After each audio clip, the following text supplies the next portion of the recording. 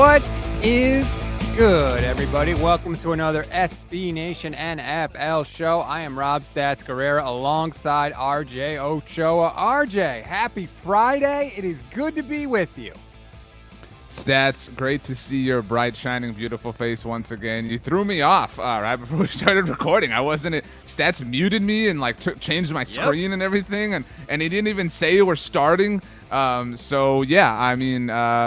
Here we go. Full authenticity right here. Welcome back. We missed you last week. And I say we being me. It was a very weird show. It was awesome, but Steven Serta and Rachel Prevet filling in. It took the two of them to do the nothing that you do every single week. Amazing.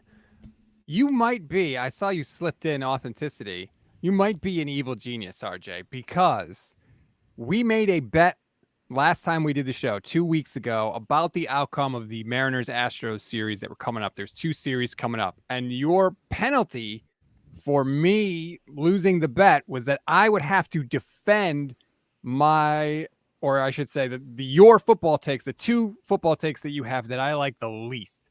And so This is torture for me, because the one thing I always promise everybody on anything I do is 1,000% authenticity. I never, ever say anything just to be contrarian. I say it, I believe it. And today I'm going to have to not once, but twice defend two arguments that I hate and cannot believe at all, but you're making me do it. To be fair, the bet was that either one of us would have had to have done this. So it wasn't just like you. It wasn't just like for my own personal joy or entertainment. The first series in question, the Astros swept the Mariners. It was a 3-game series. And it was just a matter of who won the series. So again, Astros, had brought out the brooms. For the podcast audience, I am wearing my Jose Altuve Astros jersey. I felt it was appropriate. Thank you to Conan for noting that I am looking a little bit too smug. I'm feeling very smug. I don't even think smug is a strong enough word. I'm just feeling arrogant. I'll just go, come out and say it. They did play a second series. We were going to place a wager on that one, Stats. We were unable to do so. The Astros did win that one. That was a 4-game series. They won 3-1. And correct me if I'm wrong, prior to the first series, the one that you're going to pay the bet off of, the Mariners were entering that series off of a 14-game winning streak. Is that correct? Yes, they went into the All-Star break on a 14-game winning streak, one away from tying the team record. And then they ran into my Astros, and here we are. So we owe the listeners a second wager. We'll come up with the terms for that in a little bit. But before we do, I mentioned the word podcast. You mentioned the word that I mentioned, authenticity. Of course, people can listen to us as a podcast. They can watch us, as Conan is, on the SB Nation NFL YouTube channel, Facebook page, or Twitter account. But they can listen to us on the SB Nation NFL show, wherever they get their podcasts. We encourage people to subscribe, leave a rating, write a review, and if you write a review, we promise to read it. So first, Stats, I want to shout out Kel, who hit me up on Instagram. I've been doing a lot of IGing lately, so if anybody wants to follow me over there, at RJ Ochoa, I'm on Twitter there as well. But Kel let me know. He said he was reaching out on Instagram because he is a UK longtime listener, and also listens to the NFC East mixtape, which people can listen to on any of the 4 NFC East podcast networks around here at SB Nation. And we, stupid us American Stats, we did not know this. We were just living in our own red, white, and blue world, unaware that there are international reviews that we couldn't see. We need to we got to hit Michael Kiss up about this, because when the UK or other European audience members leave reviews, they go to some special place that is like foreign, no pun intended, to us. So we have a few that I need to get to if you're all right with this. The first is titled Informative. This was from a year ago. So it's from Sir Chill Is Now. 5-star rating, and it says, brilliant and very informative. The quick, short 5-minute news reports are really good to listen to, especially when you live in the UK. I get to hear some of the news we do not normally get to hear when we live over the pond. RIP to the dailies, because those are actually gone. Again, this was from a year ago. This is titled, Will You Read This? 5-star rating from October 8th, 2021. Eventually, we will. This is from the real Paul E. That's not Paulie, like Paulie. It's Paul and then a capital letter E. Rob says he'll read out any 5-star review, but as this is in the UK section, will he? Regardless, the SB Nation show is the best NFL roundup show, full stop, period. Knowledgeable and engaging hosts. Yes, even that Eagles guy. Go Cowboys. So love that. Little shade for BLG. This was from October 19th, 2021. October 19th is an important day if you are a fan of the TV show Community. From Bob the Builder 94, titled, I'll Admit It's Bomb. 5-star rating. Here we go. Have to admit, this is the best all-around NFL podcast there is. Good Morning Football and ESPN gives me a headache with the constant interruptions, talking over each other, and who can talk the loudest to give mediocre opinions, but you dudes are killing it. Go Birds. So shout out to Kel for hooking us up with those ratings from what? What's getting me is the have to admit. What do you begrudgingly admitting that we're the best show? Like, no, just admit it. I don't like that. I mean, first of all, they're praising how we don't run over each other or talk over each other, and here you are. What do you mean? No, hold on, wait. Okay. Anyway, I actually thought you had a point there, so that was a really good joke. No. We do have a domestic review, if you're all right with this. This one, stats, comes to us from S Clothier 29 from about a week ago. 5-star rating. It is titled "Turning Up the Heat in Philly." ... And I want to shout out S Clothier 29 for helping us segue into the bet payoff. Here we go.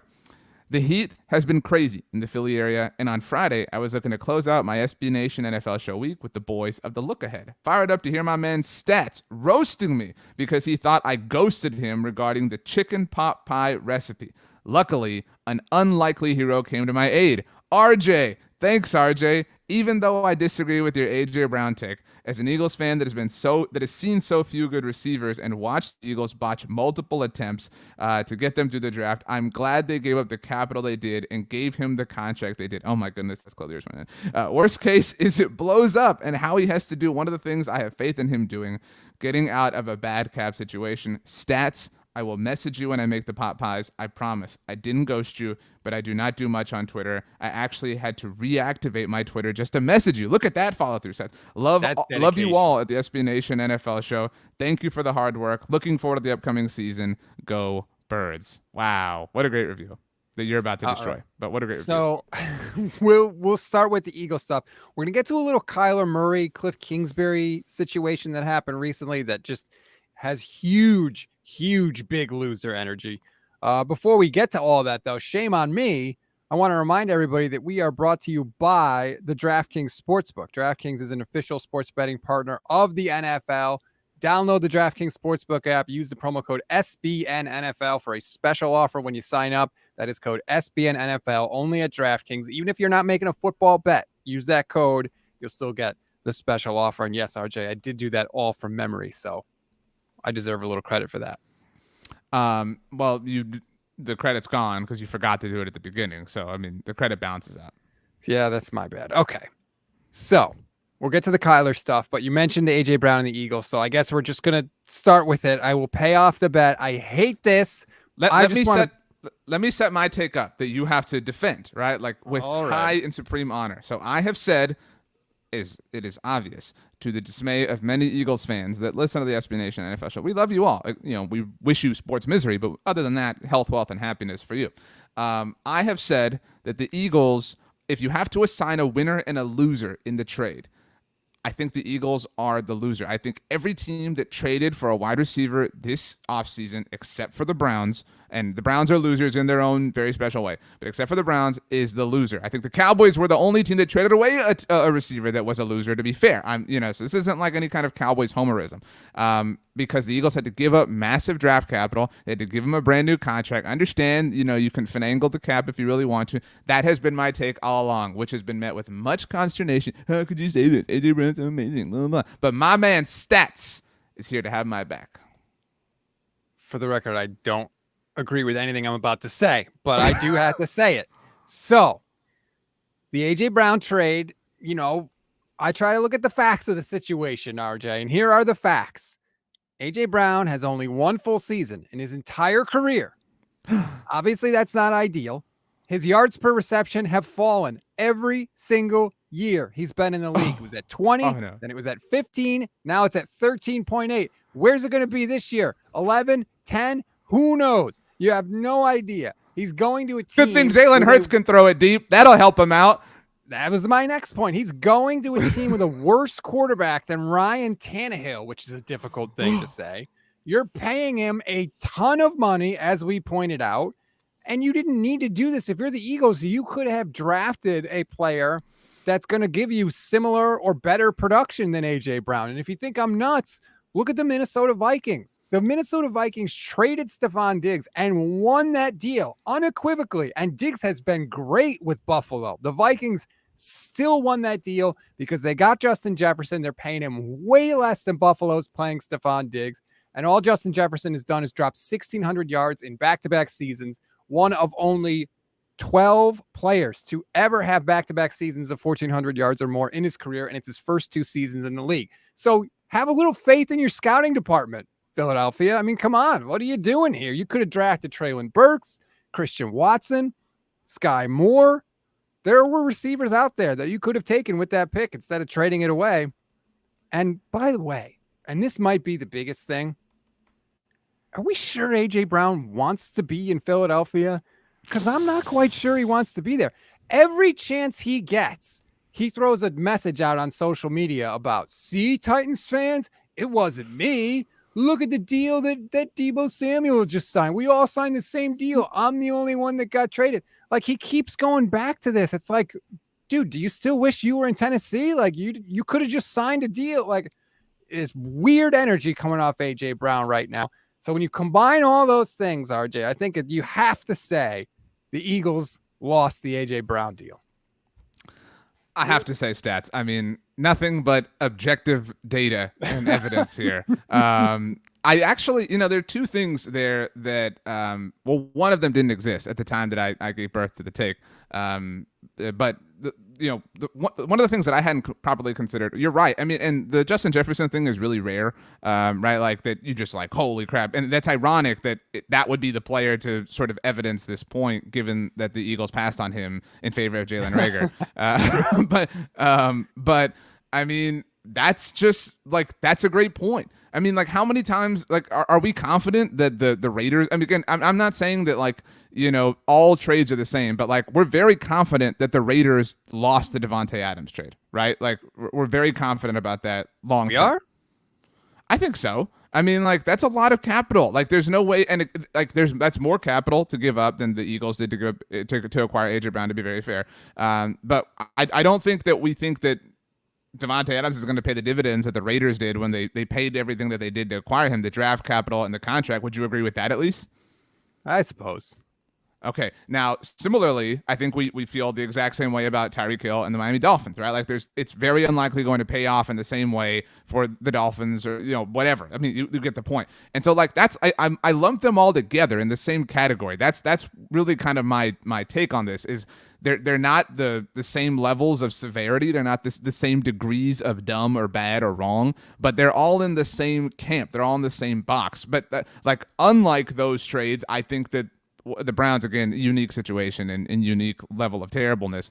But I think that Amari has a chance to pay high dividends based on the level of investment. It was a low draft pick. It did not require a new deal. And A.J. Brown, Devontae Adams, Tyreek Hill did. And I don't think A.J. Brown, like, even if you're just talking about the players, I don't think that A.J. Brown is either of those 2 players. I think he's the best receiver in the NFC East right now, but he's not coming in the same way that either of those other wide receivers are. So that was kind of my point that you defended rather well. And the recent activity, to your point, has been A.J. Brown like, I'm not thinking about the Titans. No, I can't believe that they didn't want to pay me. Like, that's so weird to me that everybody else got the deal from the team that they were playing for and I didn't. I mean, I'm not mad. I'm not upset. I just think it's weird. I don't know. I just stop tweeting at me, Titans fans. What are you doing? I'm over it. I'm here. I got a new place to live. I'm in Philly now. I watched Rocky. Everything's good. It's just, that is really random. Like, it's like he's trying to convince himself that he got the better end of it. You know what I mean? He's like, no, this is better. Like, these colors are cooler. Like, I'll get to play more primetime games. This is a better life. Wait until the first touchdown pass he drops. And Philly fans are going to be all over him. Go back to Tennessee. That's where you want to be anyway. Like, he's going to a town who is full of fans, known for their patience and rationality, so to speak. But can I please just say what I really think about the AJ Brown situation, or do I have to just hold it in for the whole show? That's up to you and your own personal level of integrity, how you feel, Stats. You did. All right, I'll sustain. I'll deal with it. I'll hold it in for now. Last part of this. If we just look at the three that we mentioned, because I think the top tier of receivers traded in the NFL this year, obviously, were Devontae and Tyreek Hill. And then maybe, there's a little bit of a gap, and then there's A.J. Brown, then there's another gap, and then there's the other receivers who were traded. But of those top three, do we not agree that they all regressed as far as the quarterback throwing down the ball? They all got new deals. They all got new teams. They all are in situations that they are seemingly more happy in. The only ones who I truly believe are actually happy are Devontae Adams and Tyreek Hill. Tyreek is in love with Tua, and Devontae Adams is in love with Derek Carr. I mean, they all took a step back as far as the passers that are involved, even considering, to your point, that A.J. Brown had Ryan Tannehill. I would agree. I don't think that's that controversial of a take. Certainly Tyreek Hill. I mean, part of it is like when you leave the quarterbacks that Devontae Adams and Tyreek Hill left, you're going to go down just because they're darn good. But to the point of, you actually, I think you enjoyed messing with Eagles fans because you were like, he's with the worst quarterback, and that's because he was with Ryan Tannehill. Like you enjoyed that shot a lot, Stats. Don't act like you didn't. Don't act like you're being held against your will here or something like that. But doesn't that say something? Doesn't that say something that his quarterback was Ryan Tannehill last year, and he took a step back? That's great. Like, that's difficult. that's difficult to sort of envision and imagine. Yeah. Yet here we are. It's surprising. Maybe that's why he's so unhappy. I don't know. All right. Can I get to the other one so I can get this out of my system? All right. So my other take that nobody has agreed with until now. Because. So go ahead. I think I exist to provide balance. All right. Whether it's to life, the universe, the force. I'm here to make sure that everything is even Steven. I want to be at equilibrium at all times. And the Justin Herbert love is just running away. All right. Oh my God, let's just see this throw. Oh my God, Herbert. Oh, wow, he went to Oregon. He wears all sorts of cool uniforms. We know Justin Herbert's inordinately talented. He's better than Patrick Mahomes. They're winning the AFC. I don't care. Let's just relax. Let's just chill. Let's just all. By the way, I don't think anything has aged worse than Patrick Mahomes. Remember when he was like Justin who? Remember when he got the name wrong and he was like, oh yeah, blah blah blah. Like that didn't exactly age well because Justin Herbert is very good, but he's not. This just this incredible gift to the quarterback position, the way people act. And this actually, shout out to Carson Wentz, who helped originate this take, because nobody more than Chris Ballard and Frank Reich, by the way, has killed Carson Wentz. He lost to the Raiders and the Jaguars, and he pissed away a playoff spot for the Indianapolis Colts. The poor Colts were so trapped by Carson Wentz. How dare they trade for him and be stuck with him? Well, Justin Herbert got destroyed by the Houston Texans and lost to the Las Vegas Raiders in very similar fashion. All right, now, granted, he played heroically at the tail end of that Raiders game, but they lost, and he doesn't get a fraction of the blame that Carson Wentz gets. So that is the origin, the genesis of the take that Stats is about to take home for us, Stats. This one is even more painful than this hurts my soul to have to do this. But I could kind of understand when you say Justin Herbert gets a little bit too much credit. He's been a starter for 2 years. He is 10-12 in one-score games. All right. So when your team needs you the most, when you want the quarterback, right, you need the quarterback to be able to make plays outside of structure and do all that stuff, right? The guy that's going to put the team on his back. Well, in one-score games, he's a loser. He's 10-12 in his career, and I just think he's no better than Jimmy Garoppolo, baby. And I'm just going to throw this out there too. Brandon Staley loves to go for it on fourth down. So he's like essentially getting an extra chance that some other quarterbacks don't get because they only get 3 downs to do it. So just, look at that Raiders game. How many fourth down plays did he make? I mean, sure, if you give everybody an extra chance, maybe they'll do better. You were right. Week 16, that Texans game, he was outplayed by Davis Mills.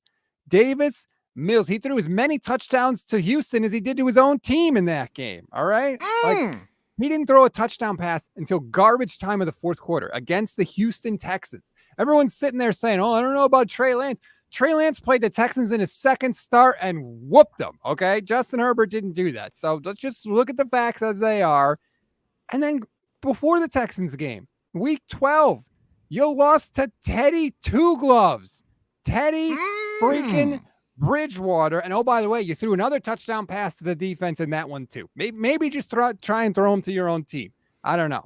Look at his completion percentage from year 1 to year 2, down. Look at his passer rating from year 1 to year 2, down. Look at his interceptions from year 1 to year 2, up. And speaking of passer rating, by the way, he wasn't even in the top 10 in the NFL. Here are some guys who had a worse passer rating than Kirk Cousins, James Garoppolo, Kyler Murray.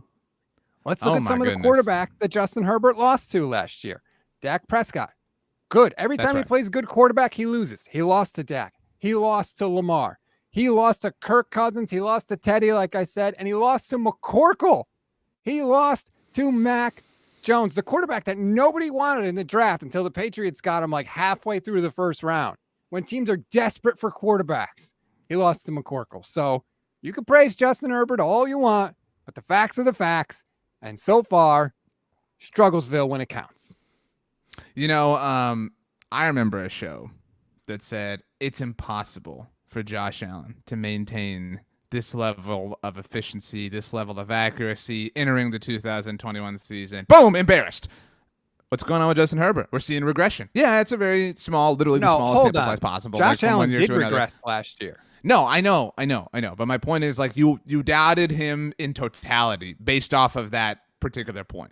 And so my point is that we're already seeing, again, it's literally the smallest example possible here from 1 year to one other year, regression in those particular areas. And again, it's like just literal regression. And this isn't to say that Justin Herbert is bad. That was never the take. It was never that he sucks, he's trash, he's whatever. But people act like he has been touched by the football god, that he has been chosen to come here, and that he is purely and totally a prisoner of the Chargers-ness that are the LA Chargers. That is my problem. I think that there is there are a lot of symptoms to the Chargers-ness. I don't think that Justin Herbert is infallible. I think he is amazing. I think he is one of the most talented quarterbacks in the game, but he gets put on the same level as other players, as other quarterbacks who have accomplished much more and who don't have the demerits that you objectively listed. I mean, and so really my problem is with like the football collective. They're the people that have let the Justin Herbert takes run away. There was the touchdown that Herbert threw. Was it against the Giants last year? The people were like, oh my gosh, he threw this touchdown 4 million yards through the air. Yeah, cool, dude. I mean, Jay Cutler had a big arm. Like, let's not, overreact and freak out and act like it's the most stupidly amazing thing that anyone's ever done anytime Justin Herbert throws a pass. It reminds me, you were the first person that truly agreed with me, and you verbalized it in the best way that I've ever heard when people would talk about Patrick Mahomes. You said we don't have to invent new reasons or make up reasons why he's great. And people have done that with Pat. Remember when it was actually 2 years ago when they had the first round bye, when he said like, oh yeah, I was taking notes during the Browns playoff game, because we were maybe going to be playing, and people were like, he was taking notes. He was studying hypothetical opponents. Yeah, I hope he was. You know what I mean? Like, that's the kind of stuff that people freak out with when it comes to Justin Herbert, and they freak out. They overly freak out. So we are existing stats to bring balance to the force. There's no take I've ever given that I get more credit for from you than that Patrick Mahomes take. It gets brought up like multiple times a year, which I always appreciate. But this one, I got to push back a little, man. Like, you said that Justin Herbert hasn't accomplished much. He absolutely has. He's got the most touchdown passes of any rookie ever. He's got the most passing yards in a quarterback's first 2 seasons. He's got the most total touchdowns in a quarterback's first 2 seasons. And he's the first quarterback ever to throw 30 touchdowns in his first 2 years. Like, so then why don't we hold him to a higher standard when he plays the way he did against the Houston Texans? Right? I mean, and that's kind of like the question. Game. Well, I know. And I'm not saying that, like, again, I think the reason the take never took off was because it originated from Carson Wentz. But again, it's like Carson lost to the Jaguars. Oh my gosh. When the Colts have this terrible record against the Jaguars, right? Like the Colts bugaboo with the Jaguars predates Carson Wentz, right? Like you agree in Jacksonville. And so that was the whole thing. Like I don't know actually off the top of my head. I'm sure you do, Mr. Stats, but like they've lost like 5 straight trips to Jacksonville at this point. And so again, that's not a Carson Wentz thing, but he goes to Jacksonville with the playoffs on the line. Everything falls apart and it's like, oh, Carson doomed us. Carson was the reason. Kryptonite Carson is what happened to the holy Indianapolis Colts, who are perfect, independent of the terrible quarterback that they were saddled with against their will in 2021. And that's my point. If we're gonna vilify Carson Wentz for that game, Justin Herbert should get a fraction of blame for the way he played against the Houston Texans. Like I said, he was remarkable down the stretch in those high-pressure fourth-down moments against the Raiders in Week 17. But they lost. There are moments of absolute greatness from Justin Herbert, but those moments are also absent in big-time games, and we have seen the effects of that. He's never been to the playoffs through 2 years. He's halfway through the normal parts of a rookie contract, and he's never been to the playoffs. I understand that he had Anthony Lynn and things like that, but at a certain point, it's not everybody else's fault. At a certain point, some things are to some degree Justin Herbert's fault. Yeah, I just think that, I do not get the conflating of Carson Wentz. I think what's happening here is you don't like that he's getting as much praise as he's getting, and you also don't like the fact that the Colts are not getting dragged more. Like they're blaming everything on Carson Wentz. So now you're taking this Carson take, and it's like morphing into, this is just like a perfect storm to come up with this ridiculous take by you. There are certain things where there are not enough of or too much of. So to your point, which is my point, I guess, there's too much hate on Carson Wentz. There's not enough. And by not enough, I'm not even saying there needs to be a lot, but there needs to be some criticism. Like even Patrick Mahomes fell victim to criticism last year, right? But for some reason, nobody touches precious Justin Herbo. You know what I mean? Like nobody wants to. Like it's so cool. It's so hip. He's the best. Blah blah. The same way we advocate for Kirk Cousins. Like that, it's just confirming priors. The internet has decided that Justin Herbert is untouchable. He is perfect in every single way. So it's all about confirming that and ignoring the things that don't co-align with that particular idea. You're alone on this branch, man. And I didn't think Justin That's Herbert not true. was Did you hear yourself good. for 10 minutes? You dragged him. I've never said the rude things about him that you did. I did not hear any of By the way, I've never heard you call Jimmy Garoppolo James. Look at the spirited mood that this has put you in. Look, we're not going to be in a relationship anymore. I think it's time that we just have more of a formal platonic situation. You and Mr. Garoppolo are like at the lawyer's office, like getting the divorce, That's and right. you're just like, James. James. Hello, James. Nice to see you. I hope could you you are sign well. here and an initial here, please, James? Right. Yeah. We wouldn't do that in person, though. I would just do it Ted Lasso style and just sign it and take a picture and text it to the lawyer. But anyway, all right, let's take a quick break, and then we'll get to the Kyler Murray Cardinals stuff because I need to, wash my mouth out and just realign after that disaster. Back here on the SB Nation NFL show. All right, RJ. Now let's get to something I can have a little fun talking about, okay? Let's get to something that just makes me smile as a San Francisco 49ers fan. And that is just the weird situation with the Arizona Cardinals and Kyler Murray. And we all know about the homework clause in the contract. And I know everybody on the SB Nation NFL show did a great job of breaking that down. So we don't need to relitigate that. But then our friend BLG sent us this about the Arizona Cardinals. A beat writer asked Kliff Kingsbury about having Kyler Murray call the plays on the radio on Saturday. Here's what Kliff Kingsbury said, quote, "I just wanted him to know that, hey, this bleep ain't easy. Every now and then he starts shaking his head when I'm calling it in there. And I'm like, all right, go ahead, big dog." Now, maybe that's just my Niners fandom taking over here. But that does not seem like a relationship that is going to work long term. And yet the Cardinals re-upped Kliff Kingsbury and they just signed Kyler Murray to a huge deal.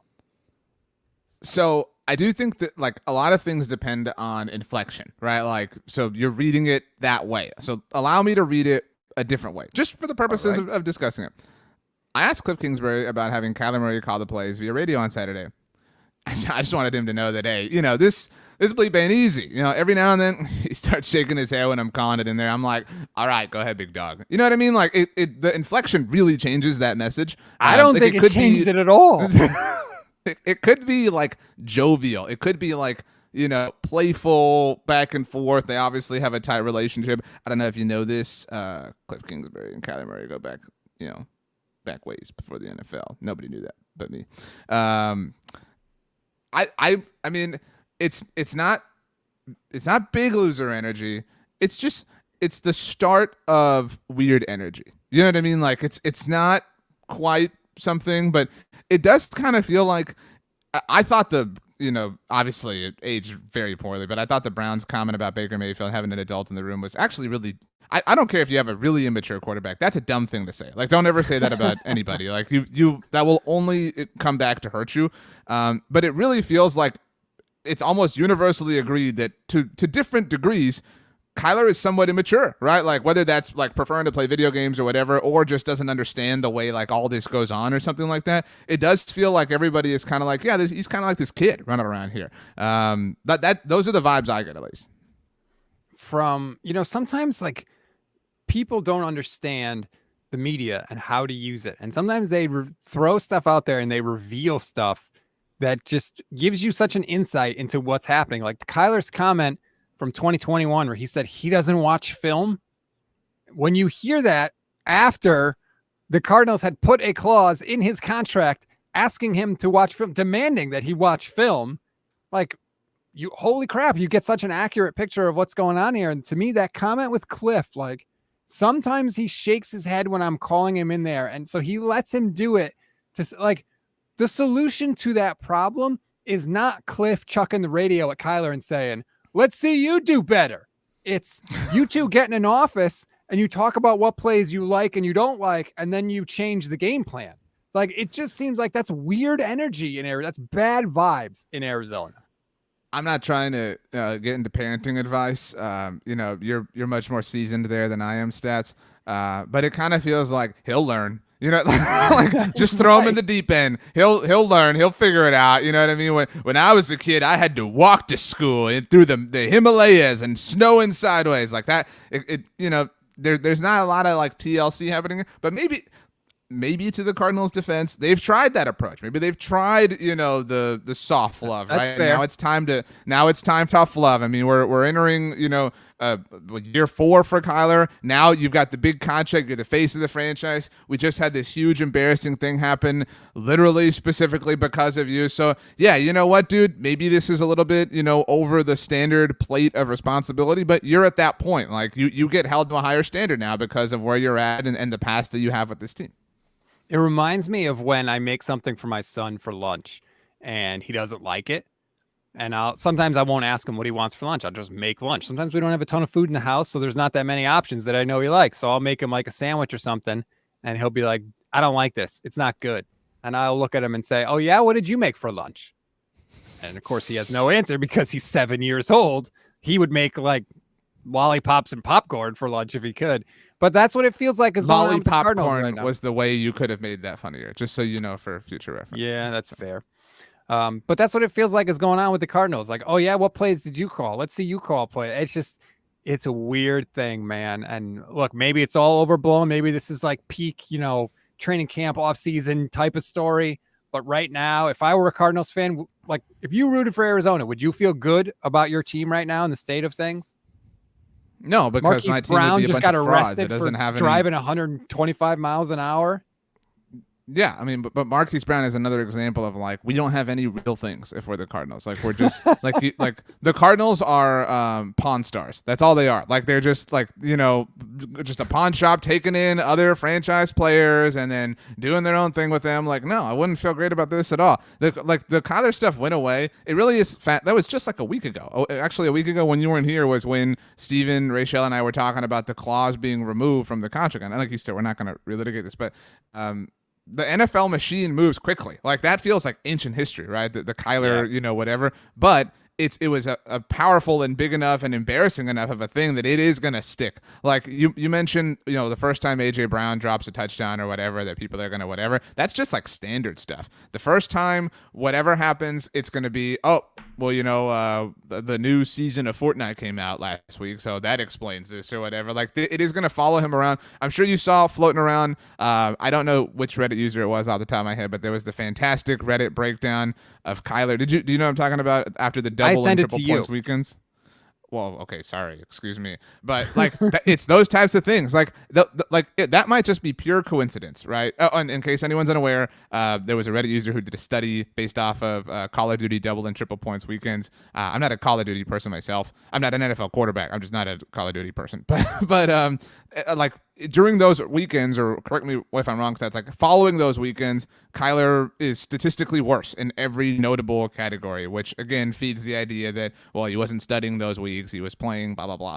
That is going to follow him around forever. Like you're not going to be able to shake it. It's a thing for him now until he is undeniably the best quarterback in the NFL. Yeah, so basically when the new Call of Duty game gets released, Kyler's fantasy points drop off precipitously after that, which is so crazy that people have like lined up those two things. But when it gets to December and the Cardinals lose, even if they're playing a really good team, you know what it's going to be. It's going to be, here we go again. People are going to start checking what new video game came out. Like, you're right. This is going to dog them forever until they overcome it, have a strong end of the season, and even, I think, maybe win a playoff game. Because, I mean, they got to the playoffs last year. Even with their collapse, they still made the playoffs. They just got mopped against the Los Angeles Rams, and Kyler Murray refused to go back into the end of the game because he was pouting on the sideline. So we'll see how it all turns out. It's one of those things that it's like sometimes there are controversies in the NFL that even like the NFL media machine will ignore because they're like uncomfortable things to talk about. But like, tell me that you can't envision whenever I don't know if there will be a Manning cast like when the Cardinals are on Monday Night Football. Tell me like after Kyler throws a pick or something, you can't see like Peyton being like, oh well, the new Call of Duty came out. I was a terrible Peyton impersonator, but you know what I mean? Like tell me that you can't envision like Peyton making a joke about that or whoever making a joke. Like somebody's gonna do it. It is kindling. Like you cannot squash this the way like other controversies are conveniently ignored because people don't want to talk about them on their platform or whatever. And so yeah, I mean this is tough cookies. I mean, like there's a strong argument to be made that they might not even make the playoffs this year. Like they might start off really poorly, really bad. I mean, the Hollywood Brown trade, to your point, like kind of looks bad right now. Like what is there to be excited about if you're a Cardinals fan right now? I don't know. I honestly don't know. I mean, you're hoping that Kyler can sustain the production that he's put up early in the past two seasons because he has been very good. Last year, he was excellent. He was on track, in the conversation for MVP last year.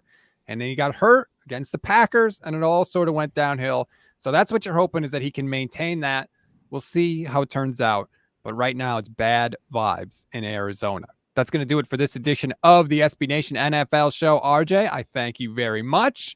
I'm never making another bet with you again. I want to remind everybody, rate, review, and follow the SB Nation NFL show.